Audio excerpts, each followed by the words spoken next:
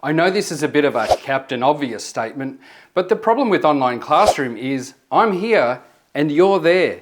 That means it's much harder for a teacher to make their classroom and the content real and experiential for students. But it's not impossible.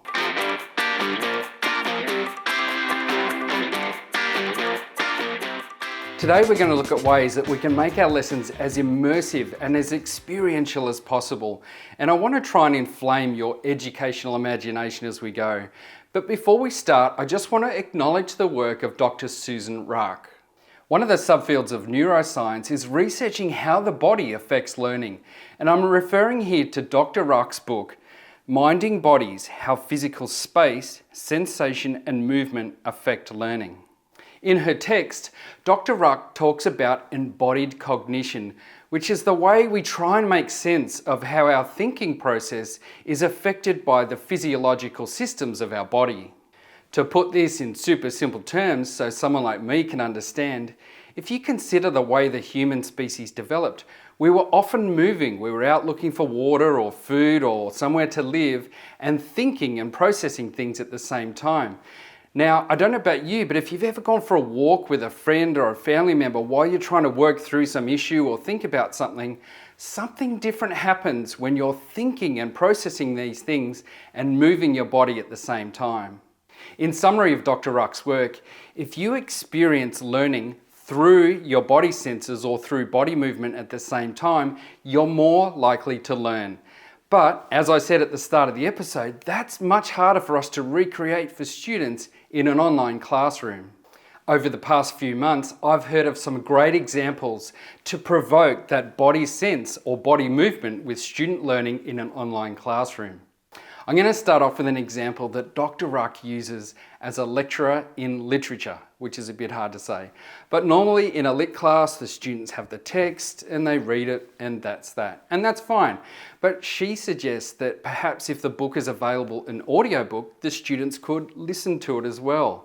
And then if the book has been made into a movie or there's a documentary about it or at a historical time around the time the book has been set, the students could watch that. So they're using their eyes and their ears and they're getting deeper and deeper, immersing themselves in the content.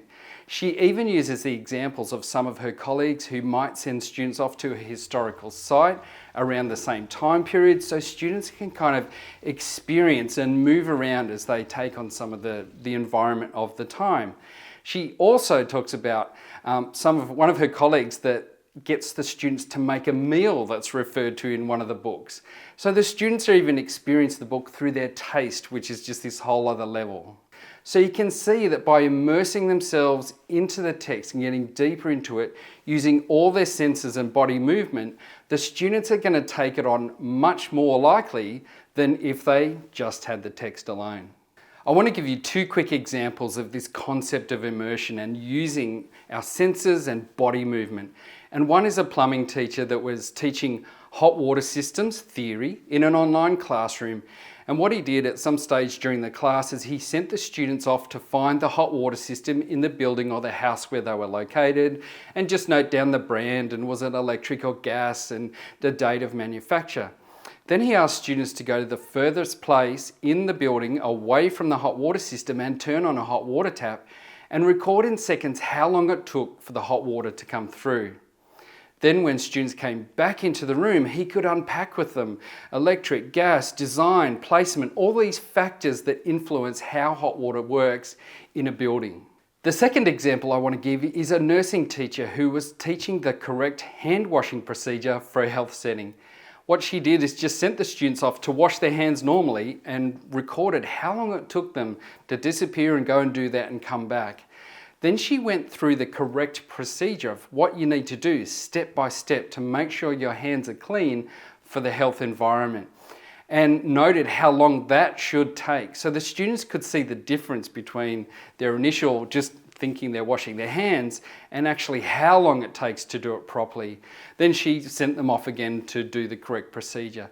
So the students are moving their bodies, they're learning, they're thinking about all these things and using their bodies as part of taking on the content.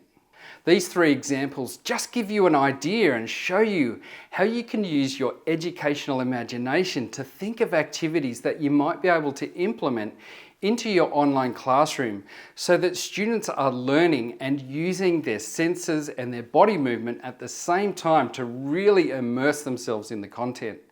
And I'm hoping that you're sitting there now and your brain's ticking away thinking, I could try this or I could try that. I'll end by saying this.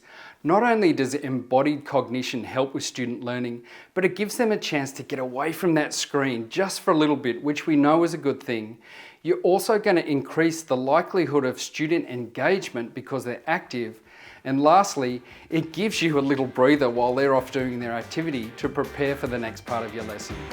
Right, that's it from me. I'll catch you next time on Virtually the Teacher.